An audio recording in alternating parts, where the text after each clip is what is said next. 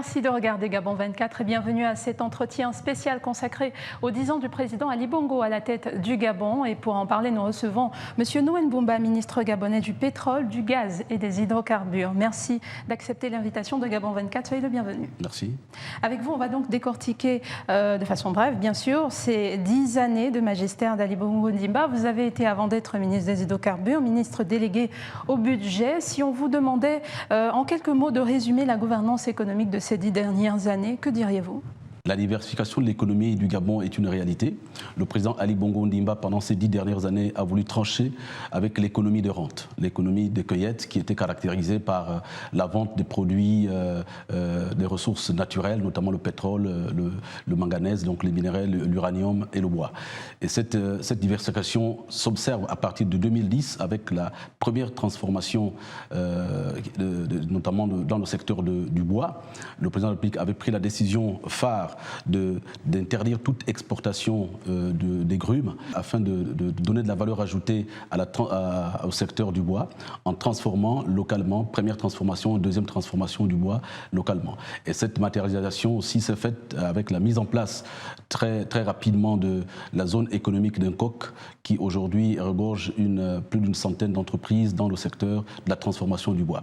Cette diversification aussi s'observe dans le domaine de l'agriculture qui aujourd'hui permet avec le groupe Olam notamment de pouvoir transformer sur place de l'huile de palme et d'importer de l'huile de palme à partir du Gabon. Dans un autre plan, on a observé aussi une transformation de notre économie au niveau du secteur minier avec la mise en place de l'usine métallurgique de Mwanda au niveau du groupe Eramet. Alors revenons à la diversification économique souhaitée par le président Ali Bongo Ondimba depuis son accession. Vous l'avez décrite, mais est-ce que véritablement on ressent l'impact? Est-ce qu'elle porte ses fruits? Est-ce que le Gabonais moyen peut dire oui, je perçois depuis 10 ans l'effet de cette diversification de l'économie? L'effet de la diversification est perceptible, notamment, je parlais plus haut du secteur forestier, parce qu'avec la transformation locale du bois, cela et donc l'interdiction de la vente du bois en grumes, cela a permis de pouvoir améliorer la chaîne de valeur de transformation du bois et donc de pouvoir générer des milliers d'emplois. Et aussi, il faut le rappeler, comme je le disais tantôt, la mise en place de la zone économique d'Nkok a permis la création aussi des milliers d'emplois grâce à la transformation locale du bois. Et notamment aussi, faut-il le rappeler, le projet Graines, même si aujourd'hui il a pris une autre dimension avec la nouvelle approche impulsée par le ministre de l'Agriculture, le projet Graines a eu beaucoup d'effets.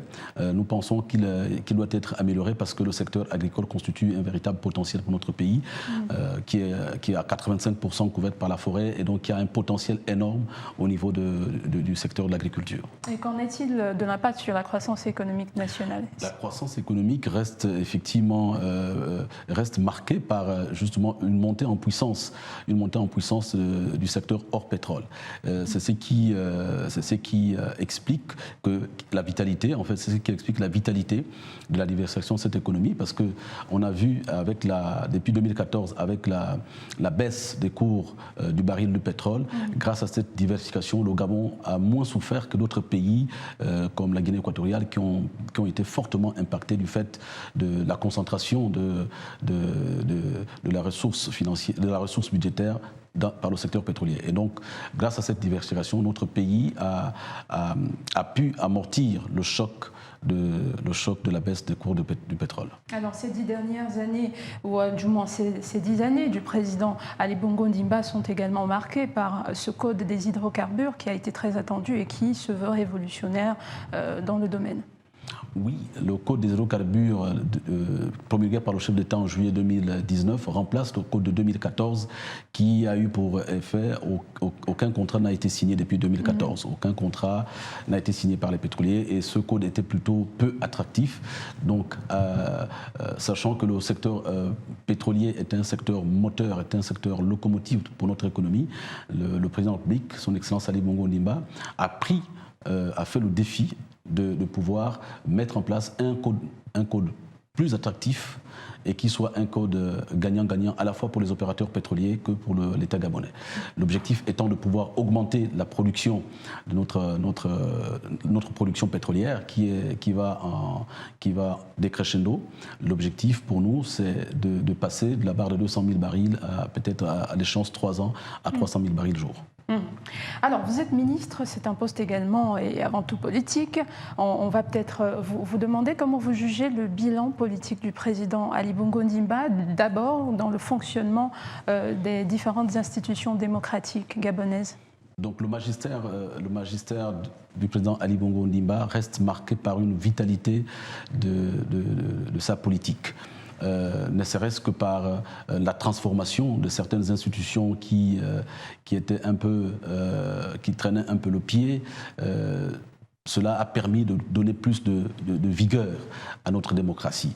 Et grâce à son ouverture d'esprit, à son sens du dialogue et à son sens de l'écoute, le président a pu intégrer dans le gouvernement des personnalités politiques qui étaient du bord de l'opposition. Nous observons aussi cette vitalité politique par la refonte de certaines institutions, notamment le Conseil national avec la création du Conseil national de la démocratie, avec l'AAC, donc le Haut Conseil à la communication qui a remplacé le Conseil national de la communication, avec la mise en place du CGE qui a remplacé la CENAP pour donner plus de vitalité politique et permettre justement une démocratie même de nos institutions, de nos hautes institutions démocratiques.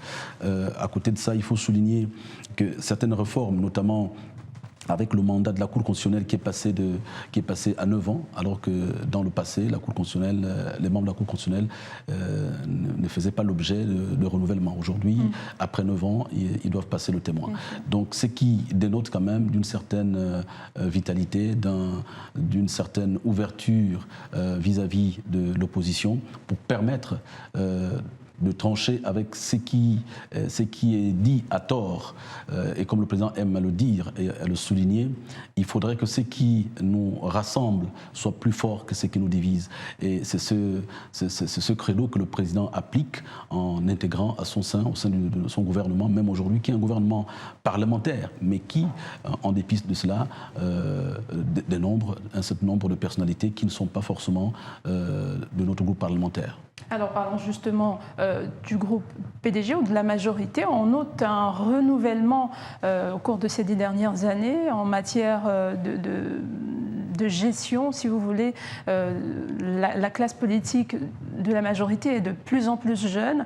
Quelle lecture vous faites de ce renouvellement-là, de ce dynamisme adopté désormais par la majorité ? Il faut rappeler que le président de la République est d'abord le patron du Parti démocratique gabonais, qui est le parti majoritaire.